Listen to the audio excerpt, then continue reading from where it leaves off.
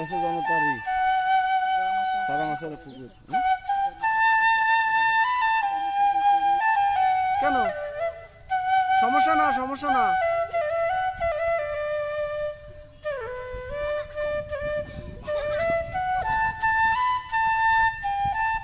কি আর পারবো না হ্যাঁ তোমার কি স্কুল ছুটি হয়েছে